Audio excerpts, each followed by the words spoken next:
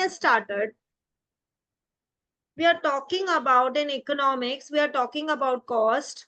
We'll talk about all formulas. We'll talk about all diagrams. Okay. सो देखो cost क्या होता है, जो मतलब out of the pocket entrepreneur को पे करना पड़ता है, ठीक है ना।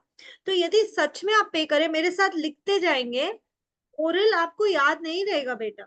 तो सबसे पहले हम बात करते हैं मनी कॉस्ट। लिखिए बेटा, मनी कॉस्ट और एक्सप्लिसिट कॉस्ट। मनी कॉस्ट और एक्सप्लिसिट कॉस्ट मतलब यहाँ पे एक फर्म ने सच में पैसा देके और कोई चीज, कोई सर्विस या कोई चीज खरीदा है या हायर किया है, whatever. So it is money cost refers to money expenses which the firm has to incur for purchasing और हायरिंग फैक्टर सर्विसेज। जैसे लेबर को हायर किया तो वेजेस देना पड़ेगा, रॉ मटेरियल परचेज करने का कॉस्ट, यदि प्लांट एंड मशीनरी को लिया है तो उसका कॉस्ट। सो मनी कॉस्ट क्या है, लिखो यहाँ पे, expenses which the firm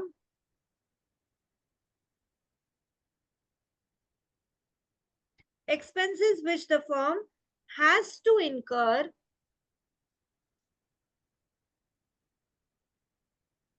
on purchasing or hiring, on purchasing और हायरिंग क्या, factor services, factor services. Example इसका आप देंगे, लेबर को जो वेजेस पे किए वो वेजेस पेड टू लेबर,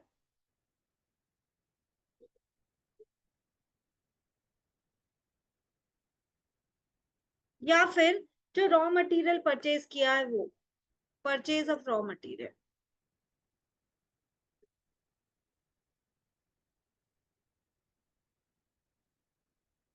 मेरा हर बच्चे से रिक्वेस्ट है, when your teacher is writing, children you are supposed to write। आप लिखेंगे, आपके नोट्स बनेंगे, आपको रिवीजन करने के लिए जगह मिलेगी कि यहाँ से रिवाइज कर। ओके,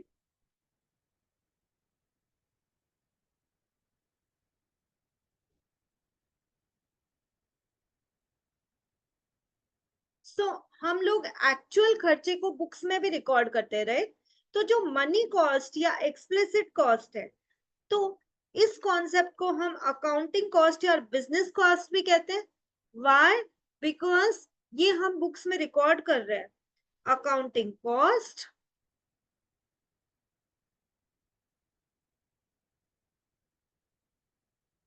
या दूसरा नाम बिजनेस कॉस्ट।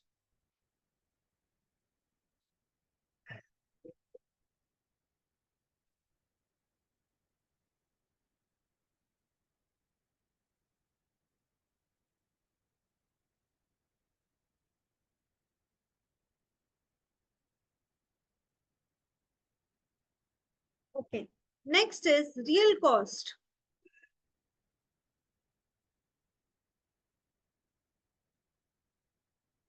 देखो, कई बार हम एज बिजनेस ओनर्स एफर्ट्स लेते हैं, सैक्रिफाइस करते हैं to make our business successful. तो रियल कॉस्ट क्या है, लिखो, it refers to efforts and sacrifices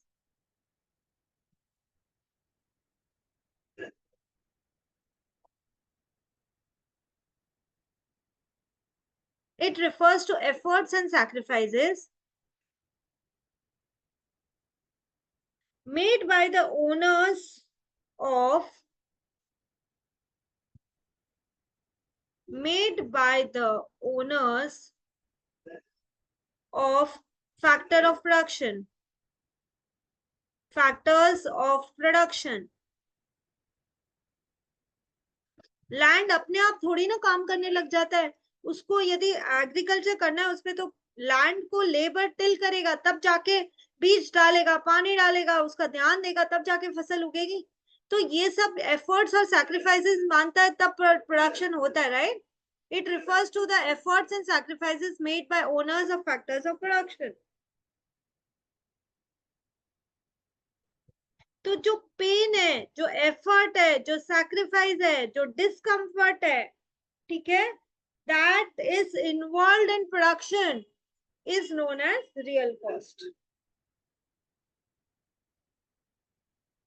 यदि थर्ड चीज बोलूं, what is social cost.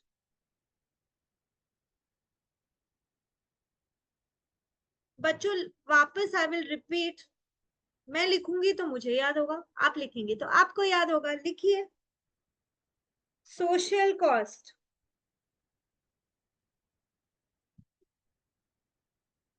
Social cost जो सोसाइटी को बेयर करना पड़ रहा है, राइट।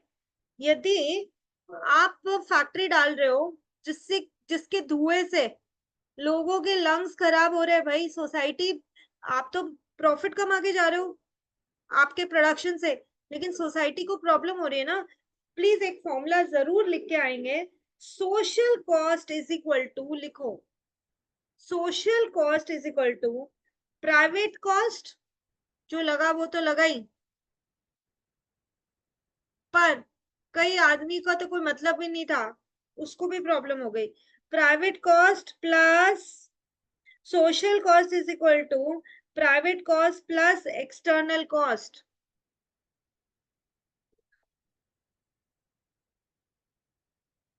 अपना पेन रुकना नहीं चाहिए। Social cost is equal to private cost plus external cost. External cost क्या होता है? जो कि सोसाइटी ने बेयर की, फॉर्म ने बेयर ही नहीं की है। जैसे कि यदि मैं बोलूं नेगेटिव एक्सटर्नल कॉस्ट, तो जो धुआं आपने उड़ाया उससे किसी के लंग्स खराब हो गए, तो भाई वो तो सोसाइटी ने बेयर किया ना।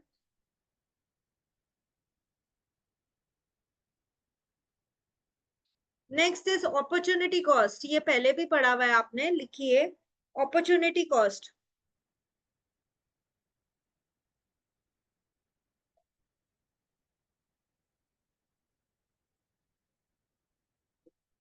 Cost of next best alternative foregone, cost of next best alternative foregone, cost of next best alternative foregone is opportunity cost, that is, देखो मैं एग्जांपल दे रही हूँ। आप हमेशा अपने लाइफ में ये तो होता है ना कि अपने को डिसाइड करना है कि ये या ये, सब चीज तो नहीं मिल सकती। मान लो मेरे पास ऑप्शन था, मैं 3 लाख रुपीज पर मंथ का जॉब करूं या मैं अपना बिजनेस करूं। मैंने मेरा बिजनेस करना चूज किया, तो that is what I chose. But मैंने छोड़ा क्या, फॉरगॉन क्या है? 3 लाख रुपीज पर मंथ। तो to choose the best, what I left is the second best. तो cost of next best alternative forgone is your opportunity cost.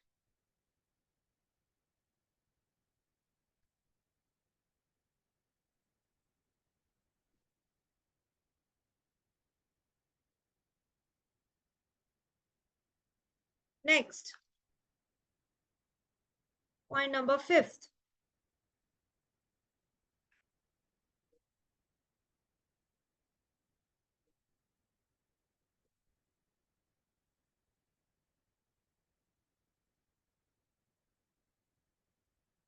Total cost is equal to, total cost क्या होता है? Total fix cost plus total variable cost. Total fix cost plus total variable cost. अब variable cost क्या होता है? Cost which changes in proportion with output is variable.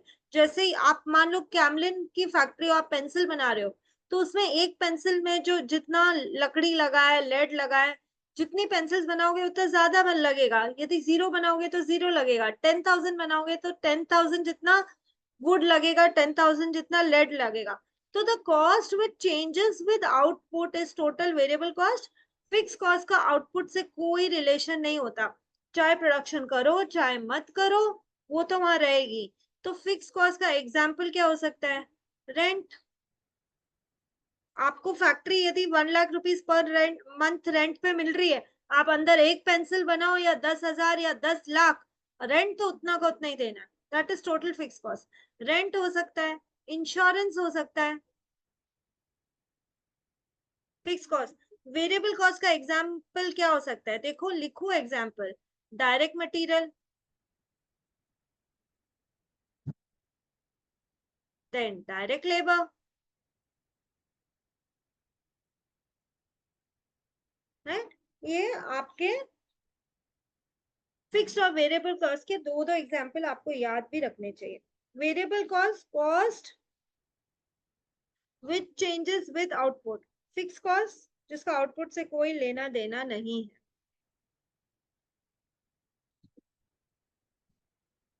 Point number 6, average fix cost.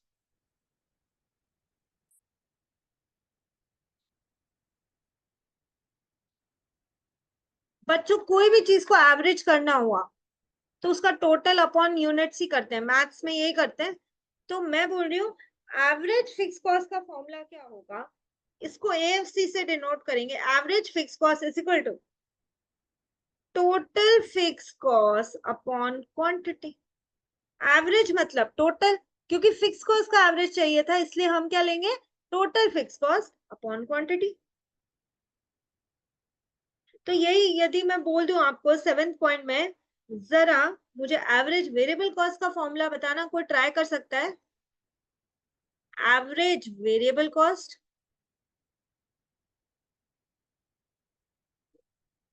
A VC. कोई formula try कर सकता है? Average variable cost का formula क्या होगा? आप बोलना नहीं चाहते तो आप चैट बॉक्स में भी लिख सकते हैं. एवरेज वेरिएबल कॉस्ट का फॉर्मूला क्या होगा आपके हिसाब से? TVC upon quantity. ओके, तो वेल ट्राइड. एवरेज है मतलब टोटल तो होना ही है ना. टोटल वीसी है तो वीसी लगाएंगे ना भाई, total variable cost upon quantity.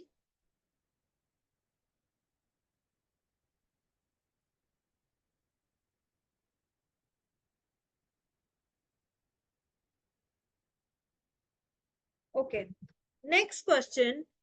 क्या आपको ये बात पता है एवरेज वेरिएबल कॉस्ट कर्व का शेप क्या होता है? What is the shape of AVC curve and why?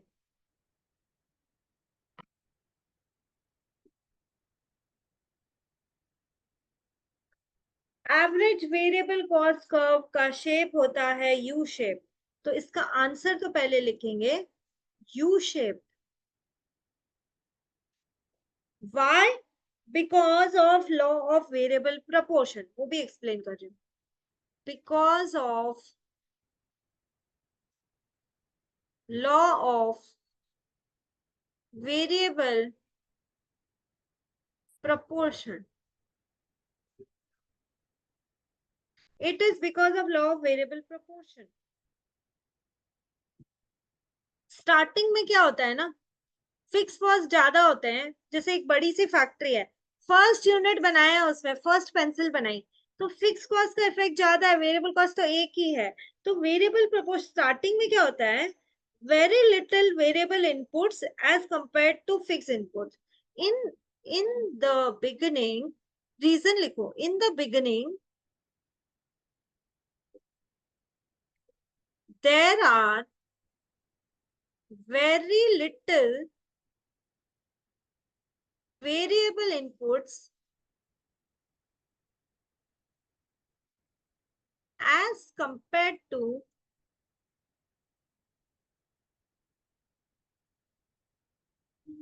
fixed input. पहले तो एक ही यूनिट बनाएंगे ना फैक्ट्री में, तो वेरिएबल कम है, और फिक्स्ड फैक्ट्री तो पूरी की पूरी है. As compare to fix input.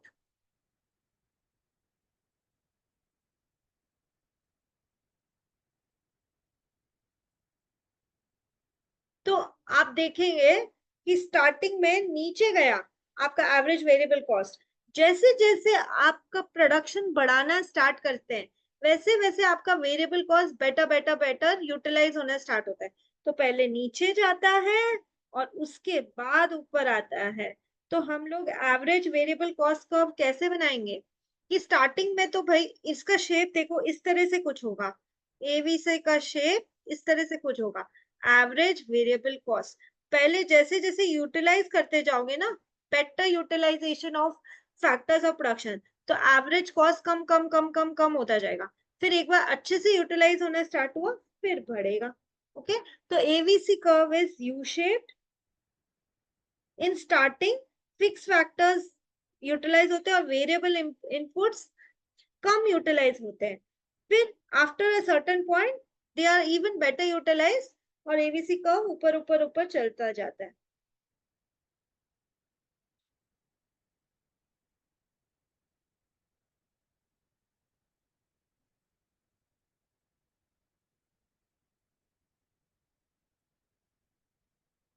Okay, यदि मैं बोलूं एटीसी का फॉर्मूला क्या होता तो आप क्या बोलेंगे?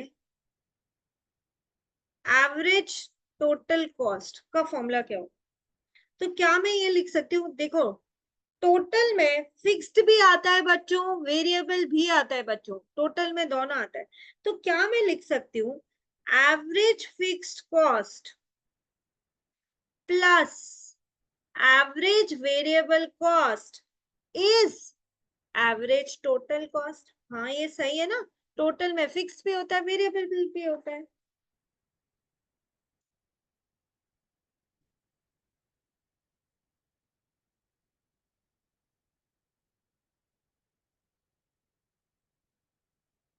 एक बात आपको बताती हूँ, जैसे जैसे अपन प्रोडक्शन करते जाएंगे ना, एवरेज फिक्स कॉस्ट गिरती जाएगी। बिकॉज ज्यादा प्रोडक्शन कर रहे हो तो फिक्स कॉस्ट यूटिलाइज हो रही है ना। एवरेज फिक्स कॉस्ट का कर्व कैसे होगा देखो, ड्रॉ करके बता रही हूँ। एंड कर्व ध्यान रखना इंपॉर्टेंट है बेटा, ठीक है? सो यदि मैं बोलू एक्स एक्स एक्सिस और वाई एक्सिस ओरिजिन है, तो देखो एवरेज फिक्स कॉस्ट गिरेगी आपका, गिरते गिरते गिरते गिरते कहीं इस तरह से हो जाएगी एवरेज फिक्स कॉस्ट। कभी भी एक्स एक्सिस को टच नहीं करेगी, क्योंकि फिक्स कॉस्ट कभी तो जीरो तो हो ही नहीं सकती ना कुछ तो फिक्स कॉस्ट होगी। फैक्ट्री डाली है तो रेंट होगा, फैक्ट्री का इंश्योरेंस होगा, लोगों की एक फिक्स सैलरी होगी, वो तो देनी ही पड़ेगी ना। तो इस तरह से एवरेज फिक्स कॉस्ट होता है। कुछ कुछ शेप क्या इसका रेक्टेंगुलर हाइपरबोला जैसा है? हाँ है। यही हम बात करें एवरेज वेरिएबल कॉस्ट की, ड्रॉ कर। एवरेज वेरिएबल कॉस्ट अभी हमने ड्रॉ किया था। एवरेज वेरिएबल कॉस्ट इस तरह से यू शेप बोलते हैं। और यही मैं बात करूं एवरेज कॉस्ट की, तो वो एवरेज फिक्स कॉस्ट और एवरेज वेरिएबल कॉस्ट का टोटल होगा ना, अभी हमने देखा। तो हमारा एवरेज कॉस्ट हमेशा एवीसी के ऊपर होगा, मतलब फिक्स्ड भी इसमें जुड़ा हुआ है ना, इसलिए हमारा एसी ऐसा कुछ ऊपर आएगा एवरेज कॉस्ट। इसमें फिक्स्ड और वेरिएबल दोनों जुड़ा हुआ है।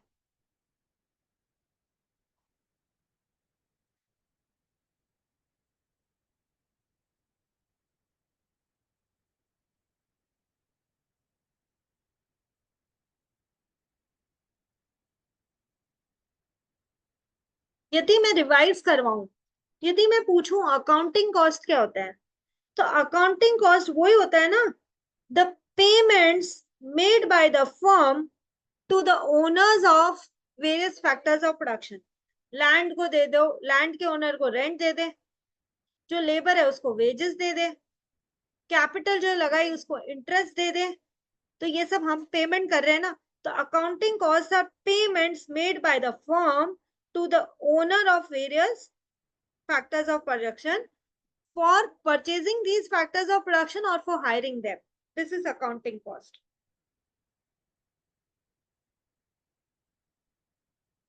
सो अकाउंटिंग कॉस्ट के लिए सच में पैसे दिए हुए होने चाहिए, तेरे आउट ऑफ पॉकेट पैसे होने चाहिए। तो accounting cost are necessarily explicit cost. अब बात करते हैं मार्जिनल कॉस्ट की। एवरेज बात कर लिया, टोटल बात कर लिया, अब let's talk about marginal. Marginal का मतलब क्या होता है? क्या कोई बच्चा मुझे बता सकता है कि मार्जिनल का मतलब क्या होता है? What do you mean by addition. Marginal? Okay, marginal मतलब एडिशनल। वेरी गुड, मार्जिनल का मीनिंग ही एडिशनल होता है। For on consumption of one more unit marginal cost, ठीक है ना। सो देखो, मार्जिनल कॉस्ट का फॉर्मूला लिखिए, marginal cost is equal to total cost of nth unit, that is nth मतलब लास्ट यूनिट, लास्ट में से सेकंड लास्ट को लेस करो, जो गैप है, जो डिफरेंस है, वो मार्जिनल है। Marginal cost is equal to total cost of nth unit minus total cost of second last unit. nth मतलब लास्ट था, n माइनस वन मतलब second last unit, that is TC n minus one. या एक और formula लिख सकते हैं हम मार्जिनल कॉस्ट का। ये फॉर्मूला तो बोला लास्ट यूनिट का total cost minus second last unit का टोटल कॉस्ट मार्जिनल कॉस्ट, मतलब last minus second last, okay. और एक और फॉर्मूला लिखो, कौन सा आएगा हमको क्या पता है भाई। Marginal cost is equal to delta, delta समझते हो, ट्राइंगल, डेल्टा का मतलब होता है change. Marginal cost is equal to delta total cost upon delta quantity, that is change in total cost upon change in quantity। total cost में इतना change हुआ क्योंकि एक और यूनिट या जितने भी एक्स्ट्रा यूनिट्स आपने प्रोड्यूस कर लिए थे, तो टोटल कॉस्ट मान लो 10 से 18 हुई, तो 8 और बढ़ी क्योंकि एक और यूनिट हमने बनाया था, तो नीचे ऊपर 8 नीचे 1, एक 1 एक्स्ट्रा यूनिट, तो 8/1 8 मार्जिनल कॉस्ट हो जाएगा, ठीक है ना। Now the question comes, what is the shape of marginal cost curve? Marginal cost curve is U-shaped, लिखो। एंड आउटपुट के साथ उसका क्या रिलेशन है। हर जो चीज करा रही हूं ना बेटा, वो एग्जाम पॉइंट ऑफ व्यू से इंपॉर्टेंट है। इंटरेस्ट लेके पढ़ो, पढ़ाई तो करनी है, हंस के करो यार, ओके तो हंस के ही कर ले यार। चल, मार्जिनल कॉस्ट कर्व, इसके बारे में लिखते हैं सबसे पहले। It is U shaped, it is U shaped. जब आउटपुट बढ़ता है ना, as output increases it slopes downwards, reaches the minimum and then starts sloping upwards। तो कुछ इस तरह का कर्व होता है मार्जिनल कॉस्ट का, इस तरह का कर्व होता है मार्जिनल कॉस्ट का। why is it u shaped? Again यदि पूछ लिया why is marginal cost curve u shaped, तो आंसर तो वही होगा ना, because of law of variable proportion. It is U shape, लिख मेरे भाई लिख, it is because of law of variable proportion.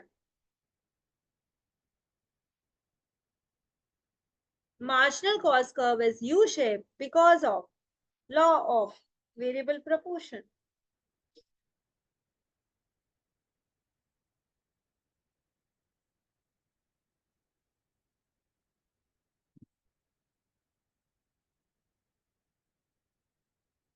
तो यदि मैं AC और MC को साथ में बना दूं तो वो कैसे दिखेंगे, देखो।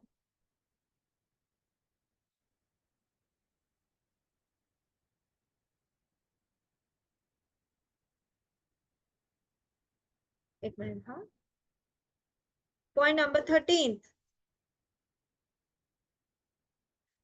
यदि AC कर्व कुछ ऐसा है ना, MC कर्व ऐसा हो, अब इसका रिलेशन चलो हम करते हैं। Relationship between AC and MC, लिखो question. Relationship between AC and MC। Starting में आप देखेंगे AC and MC both are falling, तो पॉइंट नंबर 1 में आप लिखिए initially AC and MC both are falling.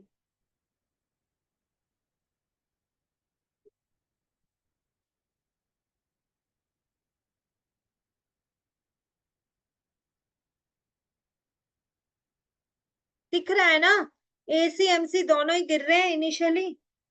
But जब एसी गिरता है, जब एसी गिर रहा है बच्चों, इधर देखना जरा सा, एसी गिर रहा है, देखो मैं हाईलाइट करके बताती हूँ। जब एसी गिर रहा है देखो, तो क्या एमसी एसी के नीचे है बच्चों? मतलब क्या एमसी एसी से कम है जब एसी गिरता है? हाँ, ये बात सही है। तो हम क्या लिखेंगे इधर? Initially AC and MC both are falling and MC lies below AC. लिखो, and MC lies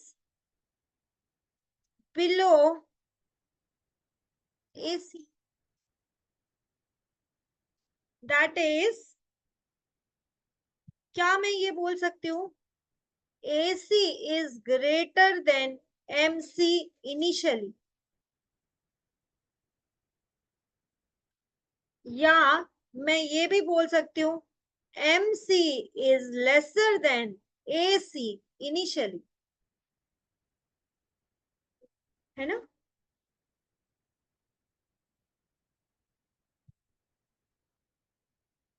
then point number 2 जरा ध्यान से देखना। MC नीचे से AC को कट करके चला जाता है when AC is at its minimum point। लिखो, when AC is at its minimum point,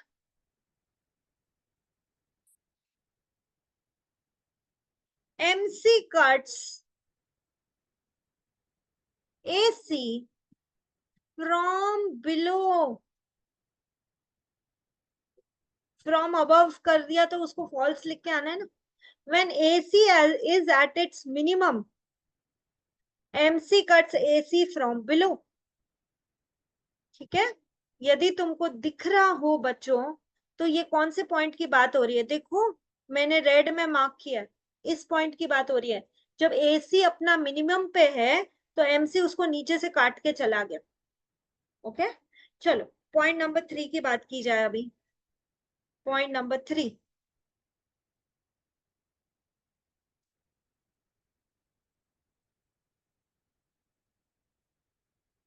after this point, मतलब सेकंड नंबर में जो था उसका point, AC is rising and MC is also rising, बराबर है।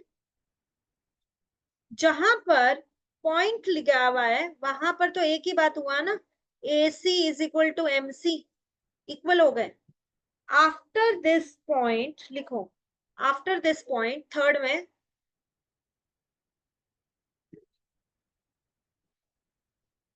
After this point AC and MC start rising,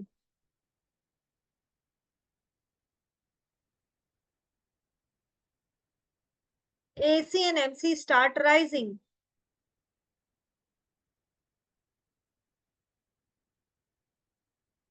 but अब जब बढ़ रहे हैं तो क्या दिख रहा है तुमको? MC ज्यादा है ना, AC से ऊपर हो गया। So when AC and MC both are rising, that time we can see that MC will always be greater than AC। लिखो, but MC is greater than AC। मतलब जब गिर रहा था तो MC AC से ज्यादा गिरा, फिर AC के मिनिमम पॉइंट में AC is equal to MC। उसके बाद जब AC और MC दोनों चढ़ने लगे, उस समय MC is greater than AC। ये देखो, जब चढ़ने लगे MC और जब चढ़ने लगा AC, तो उस समय आप देख सकते हैं, क्योंकि MC ऊपर है, तो देखो MC is greater than AC। I hope this is clear.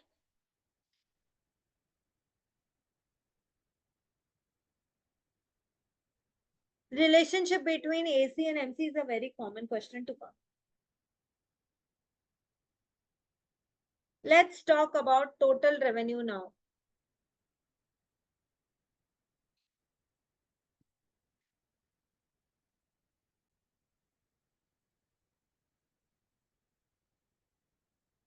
चलो अब आगे पढ़ते हैं। एसीएमसी का हमने रिलेशन कर लिया। अब चलो रेवेन्यू कॉन्सेप्ट करते हैं। पॉइंट नंबर क्या हो गया ये? 14। Point number 14।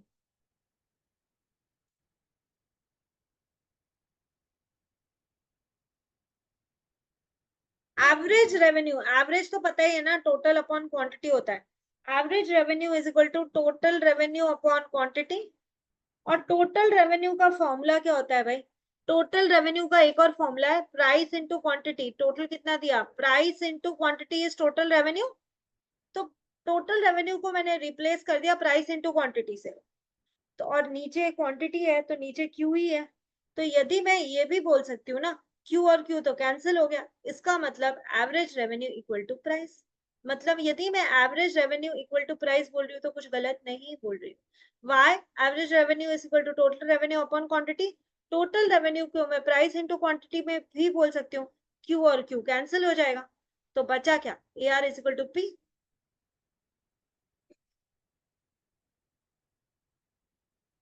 परफेक्ट कंपटीशन का सीन यदि तुमको याद हो तो, परफेक्ट कंपटीशन में large number of buyers and sellers selling homogeneous और आइडेंटिकल प्रोडक्ट्स, ठीक है, एट यूनिफॉर्म प्राइस। प्राइस तो चेंज नहीं करते। 1 यूनिट खरीद के जाओ या 1 लाख यूनिट खरीद के जाओ, सेम पे बेचेंगे। तो परफेक्ट कंपटीशन का टोटल रेवेन्यू कैसा होगा, प्राइस कैसा होगा, वो डिस्कस करते हैं। 15th में लिखो परफेक्ट कंपटीशन।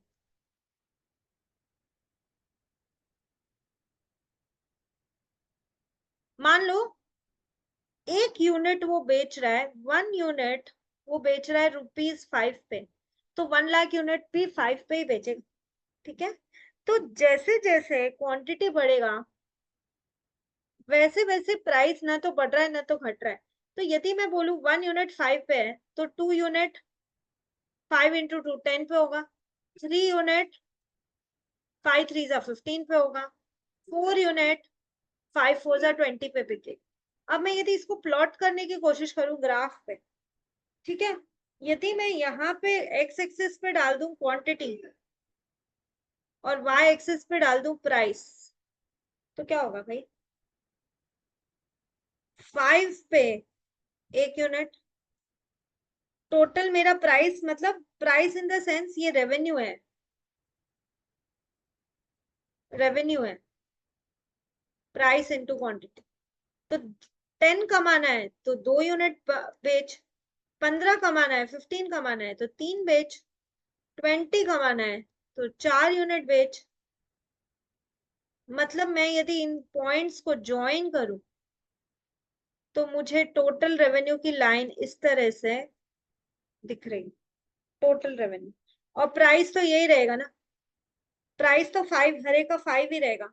तो प्राइस कैसा है? Price is equal to A R, average revenue, is equal to marginal revenue. Marginal revenue, हर एडिशनल यूनिट बेच के मुझे फिर से 5 मिल रहे हैं।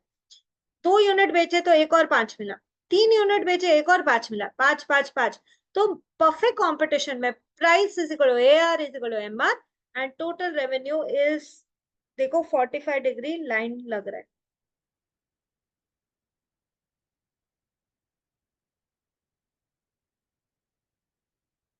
पॉइंट नंबर 15 तक किया है हमने, अभी आगे कंटिन्यू करते हैं।